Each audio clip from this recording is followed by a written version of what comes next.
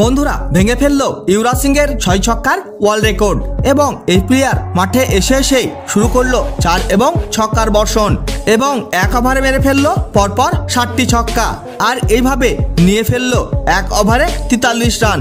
আপনারা যদি দেখতে চান এই প্লেয়ারের বিধ্বংসী ব্যাটিং এর সম্পূর্ণ ভিডিও তাহলে বন্ধুরা ভিডিওটি লাইক করুন এবং চ্যানেলটাকে সাবস্ক্রাইব করে রাখুন। বন্ধুরা আপনারা তো সকলেই জানেন যে ইউবরাজ সিং 2007 টি20 ওয়ার্ল্ড কাপে স্টুয়ার্ট ব্রডের বলে হাঁকিয়ে ফেলেছিল 6 বলে পরপর 6টি ছক্কা এবং আলোড়ন সৃষ্টি করেছিল পুরো ক্রিকেট জগতে আর এইভাবে তৈরি করে ফেলেছিল একটা নতুন ওয়ার্ল্ড রেকর্ড। কিন্তু বন্ধুরা আজ আইপিএল 2024-এর 10তম ম্যাচ শুরু হয়ে যাবে বেঙ্গালুরুর মাঠে কলকাতা নাইট রাইডার্স এবং রয়্যাল চ্যালেঞ্জার্স ব্যাঙ্গালোরের মধ্যে। কিন্তু বন্ধুরা এই ম্যাচ শুরু হওয়ার ঠিক আগে প্র্যাকটিস সেশনে রিঙ্কু সিং হাঁকিয়ে ফেলল মিচেল স্টার্কের বলে 6 বলে পরপর 60টি ছক্কা।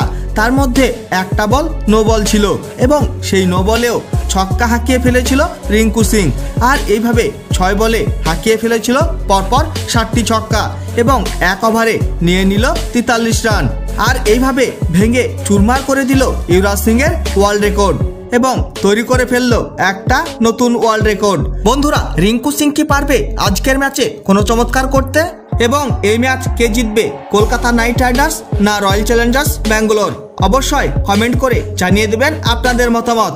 বন্ধুরা ভিডিওটি শেষ পর্যন্ত দেখার জন্য ধন্যবাদ জানাই। তাহলে দেখা হবে নেক্সট কোনো ভিডিওতে।